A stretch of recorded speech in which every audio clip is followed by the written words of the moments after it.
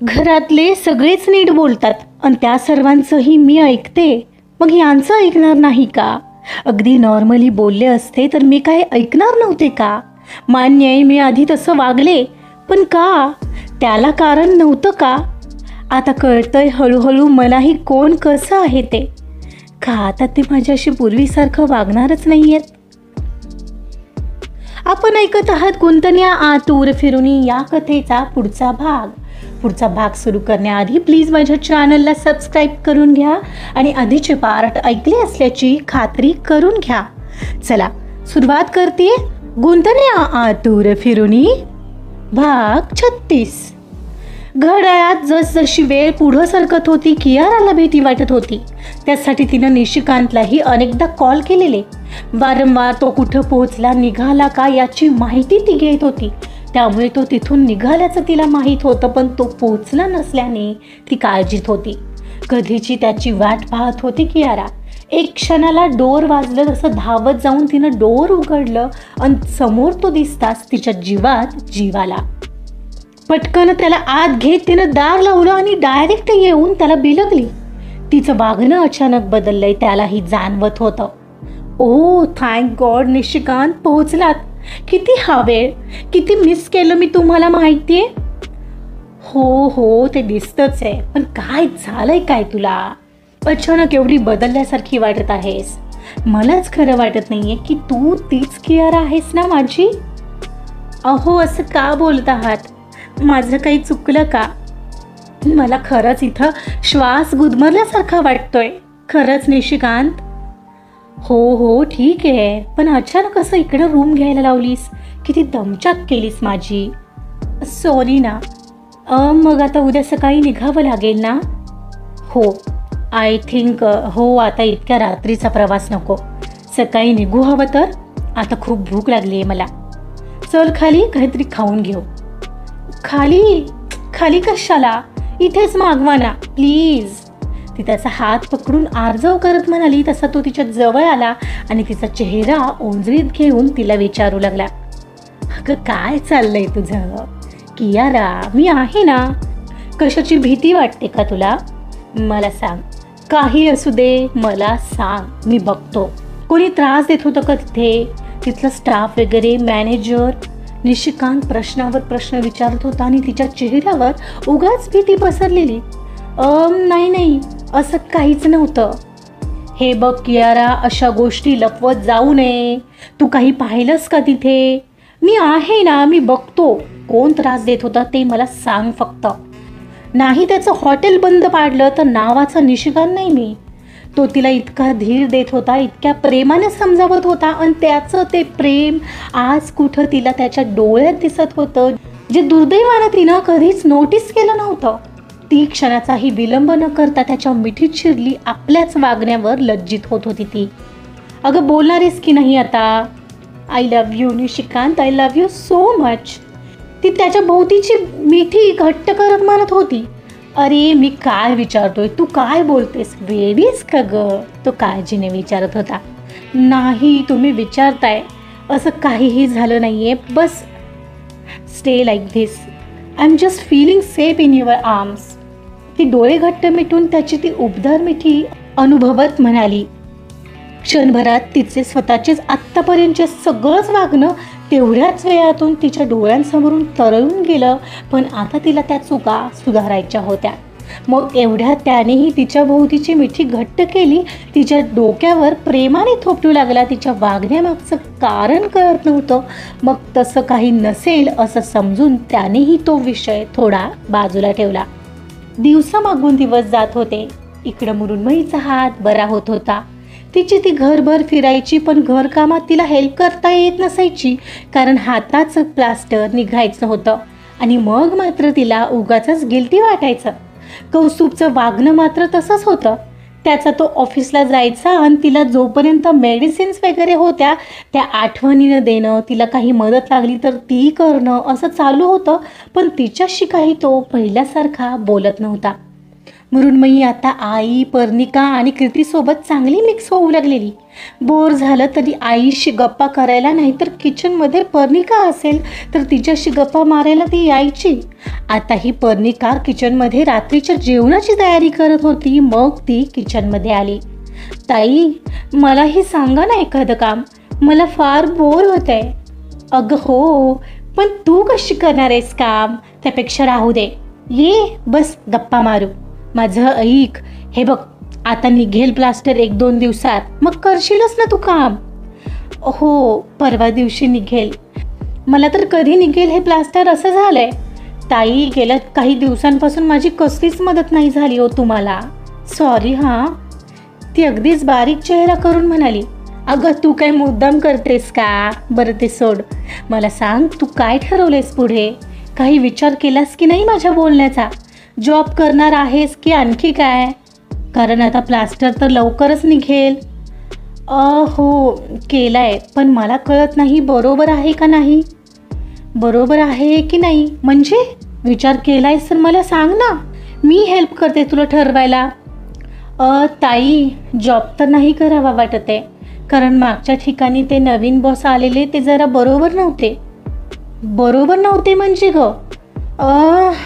जरा विचित्र होते. म्हणजे जाऊ द्या ना, मला सांगायलाही खराब वाटतंय. असे काय होते ते की तुला बोलायला एकदम खराब वाटते? मला बोल ना मृण्मयी. ती एकदम तिच्याकडे वळली. त्यांचं इंटेन्शन चांगलं नव्हतं. ऑफिसमध्ये काम करणाऱ्या मुलींवर खराब नजर होती त्यांची. ज्या मुली त्यांच्या पुढे पुढे करतील त्यांना प्रमोशन मिळायचं, प्रायोरिटी मिळायची. ओह, इट्स जस्ट रिडिक्युलस. अगं पण सगळीकडे तसेच लोक असतील असं नाही ना. हो, पण मला इच्छाच होत नाही आहे तेव्हापासून जॉब करायची. असंच पुढच्याही कंपनीत असेल तर काय? हा विचार मनाला स्वस्थ बसू देत नाही आहे माझ्या. अगं मग काय करणार आहेस? काहीतरी हॉबी तर असेल ना तुझी. समजा एखादी गोष्ट करायची इच्छा राहून गेली असेल तर ती घे ना पूर्ण करून. पण म्हणजे असं चालेल का आपल्या घरात? हो, का नाही? पण काय ते तर बोल तू. मग मी विचारते आईंना. मला ना डान्स खूप आवडतो ताई, पण घरी आई बाबा आणि दादाला कधीच नाही आवडलं. मग इथे सर्वांना आवडेल का? अगं मग बिनधास्त कर, यात काहीच वाईट नाही आहे. माझ्या मते dance is very best hobby. का माहिती आहे? कारण आपण तो करताना स्वतःला हरवून जातो. मनासाठी तर बेस्ट औषध येते, कारण मनावर असलेला स्ट्रेसही कसा चुटकीसरशी निघून जाईल आणि तुला आवडतं ते करून आनंदीही राहशील. पर्णी तिला उत्साहाने म्हणालेली आणि तिच्याही चेहऱ्यावर आनंद पसरला. म्हणजे आपल्या घरात कोणाला डान्सचा काही प्रॉब्लेम नसेल का? अजिबात नाही. तरीही आपण एकदा आईंना बोलू. आणि हो, आधी तू भाऊजींच्याही एकदा कानावर घालून घे, मग झालं. त्यांनाही सांगावं लागेल ना. हो, त्यांना फक्त माहिती असावं म्हणून. ते काही मना नाही करणार आहेत तुला. ओके, ती म्हणाली खरी, पण ती थोडी स्ट्रेस्ड झाली. कौस्तुभ सोबत बोलायला अजूनही थोडी कसरत होती ती. तो हल्ली बडबड करून स्वतःला व्यक्त करायचा, पण ती मात्र फारशी त्याच्यासोबत व्यक्त होत नव्हती. पर्णी आणि आईसोबत बोलतानाही तिच्यात आता बराच मोकळेपणा आलेला. अगं काय, कसल्या विचारात हरवलीस? अजूनही कठीण जातं का तुला त्यांच्याशी बोलायला? हा मृण्मयी? नाही असं काही, मी बोलेन ना. चला, म्हणजे आता एखादा छानसा डान्स क्लास शोधायला हवा आपल्याला, पर्णी म्हणाली. काय ग, कोणासाठी डान्स क्लास शोधायचा चाललाय? आई आत आलेल्या त्यांनी विचारलं. अहो आई, आपल्या मृण्मयीसाठी. तिला ना डान्समध्ये इंटरेस्ट आहे. हो का? काय ग मृण्मयी, म्हणजे फायनली डान्स क्लास जॉईन करायचं ठरवतेस का? हो, म्हणजे कथ्थक आणि भरतनाट्यम, जर तुमची परवानगी असेल तर. अगं परवानगी काय, तुला हवं ते कर. मला यातच आनंद आहे की तू काहीतरी ठरवलंयस. आणि हो, पहिलं कौस्तुभ भाऊजींसोबत मार्केटमध्ये जाऊन छान ड्रेस घे. हो मृण्मयी, साडी घातलीच पाहिजे रोज असं काही नाही आहे. फंक्शनला वगैरे घालायची असेल तर घाल, आई म्हणाल्या. हो ठीक आहे, ती मान हलवत हसली. पण आता बस एकदा कौस्तुभच्या कानावर घालायचं तिला टेन्शन वाटत होतं. तो काय रिॲक्ट करेल याची तिला कल्पनाच करता येत नव्हती. म्हणजे घरातले तर होच बोललेले, पण त्याची रिॲक्शन तिला जास्ती महत्त्वाची वाटत होती. इकडं कियारा आणि निशिकांत माघारी परतलेले. घरी परतल्यावर कियाराने तिचं सिम निशिकांतला न सांगताच बदललेलं आणि तात्पुरता प्रश्न तिनं मिटवलेला. आणि आता मात्र दोघांचं आयुष्य छान सुरू झालेलं. कियाराला आता मुंबईला परतण्यास इंटरेस्ट नव्हता, नाहीतर तिथं पुन्हा भूतकाळ त्रास देऊ शकत होता. मग तिथंच काहीतरी हॉबी पूर्ण करण्यात ती लक्ष घालू लागलेली. शिवाय बाळासाठी तिची ट्रीटमेंट ही सुरू होती. आता ती निशिकांच्या प्रत्येक निर्णयाचा आदर करत होती, त्याचं ऐकत होती. पहिल्यासारखी तिथं न राहण्यासाठी तणतणणारी कियारा आता तिला तिथं राहण्यात कसलाही प्रॉब्लेम नव्हता. सध्या तरी निशिकांसोबत तिचं नातं एका वेगळ्या वळणावर चाललेलं, पण भविष्यात तिच्या या भूतकाळाचे पडसाद तिच्या आयुष्यावर पडू शकतात याचा बहुतेक तिला विसर पडलेला. इकडं मृण्मयीचं आज प्लास्टर निघत होतं. कौस्तुभ तिला हॉस्पिटलमध्ये घेऊन आलेला. त्याला तिचं एकदा स्पेशल काउन्सिलिंगही करून घ्यायचं होतं. तशी अपॉइंटमेंटही त्याने आधीच करून घेतलेली. ती बदलते हे तर दिसत होतं, पण ती त्याच्याशी सोडून इतरांशी छान मिक्स होत होती. तो तिच्याशी तिरसट बोलायचा, मग ती जरा कमीच व्यक्त होत होती. आणि त्यात आता त्याची अपेक्षा वाढली होती. त्याला वाटत होतं आता तिनंच सगळ्या गोष्टीत पुढाकार घ्यायला हवा. तिनं तो घेतला तरच तो पुढचा रिस्पॉन्स देणार होता. आणि असं चिन्ह तर अजूनही दिसत नव्हतं. ती मात्र आज प्लास्टर निघणार आणि आता लवकरच डान्स क्लास जॉईन करायला मिळेल या विचाराने आनंदी होती. पण कौस्तुभला त्याबद्दल सांगायचं राहूनच गेलेलं. तोही तिच्या पुढे थोडा प्रश्नच होता, पण ती प्रयत्न तर करणार होती. झालाय त्यांचा हात बरा. आता बस त्यांना थोड्या एक्सरसाइज करत राहायला सांगा, म्हणजे नॉर्मली त्या ऑपरेट करू शकतील. नर्स म्हणाली. Okay, thank you. निघायचं. नर्सला हसून आणि गंभीर भावात तो तिला म्हणाला. हो, ती म्हणाली आणि दोघंही घरी जायला निघाले. हे असे का वागतात माझ्याशी तिरसट? त्या नर्सला हसून बोलले. आणि मला निघायचं, ती मनातच म्हणत होती. आणि मनातच म्हणत असताना तिच्या ओठांचा कोपरा वर दुमडला गेला. नेमकंच त्यावेळी त्याचं तिच्याकडे लक्ष गेलं.